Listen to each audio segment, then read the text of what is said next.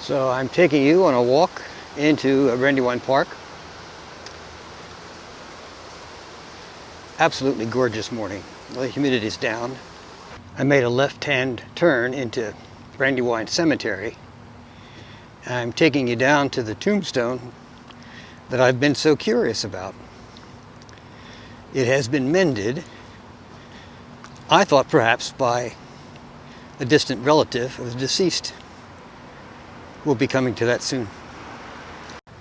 And here it is. Alexander Patterson.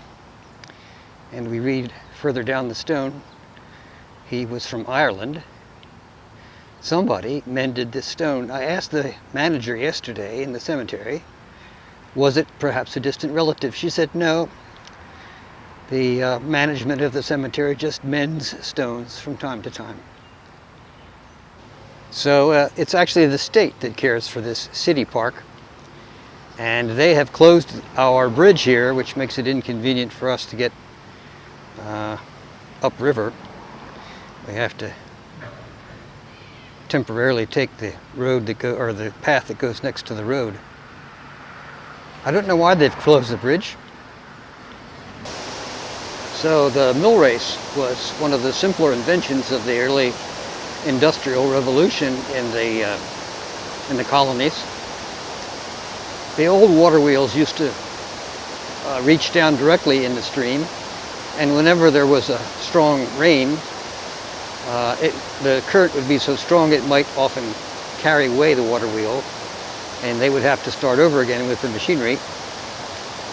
But with the mill race, you can put your wheel by one of these outlets and control the amount of water that is driving the machinery, and thereby save your water wheel.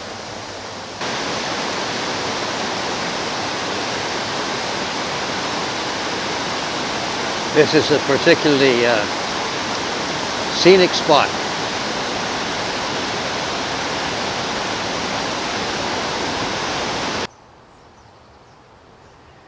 The results of a storm several days ago. It must have been rotten on the inside, I tell you what. And it must have been pretty tall, because you can see the top here lying in the stream.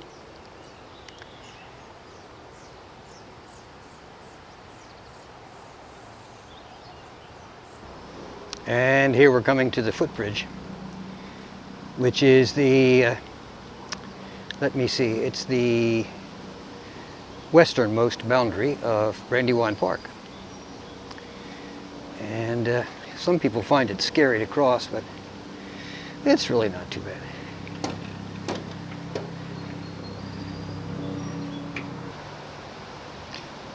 Folks in these parts call these the kissing trees.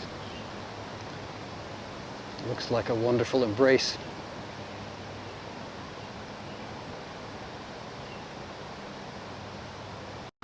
And here we're entering the Jasper Crane Rose Garden. That fountain is sort of the centerpiece.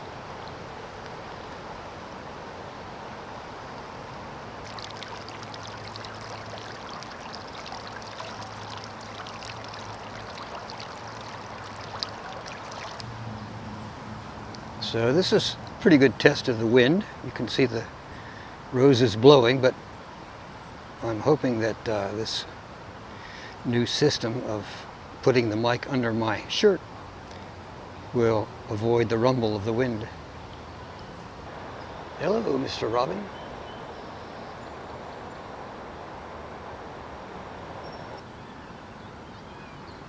A few days ago we had some wonderful bumblebees working these roses, not these particular ones, but others. I often stop by here on my way home because there are a couple of boyhood friends on this memorial for Vietnam veterans. Eric Taylor, who died in a helicopter crash in 1970. John William Rucker of the 75th Infantry, who was in my scout patrol as a boy. Not far away is the Sugar Bowl, where Alice and friends from Hanover Church every Friday do some outdoor yoga.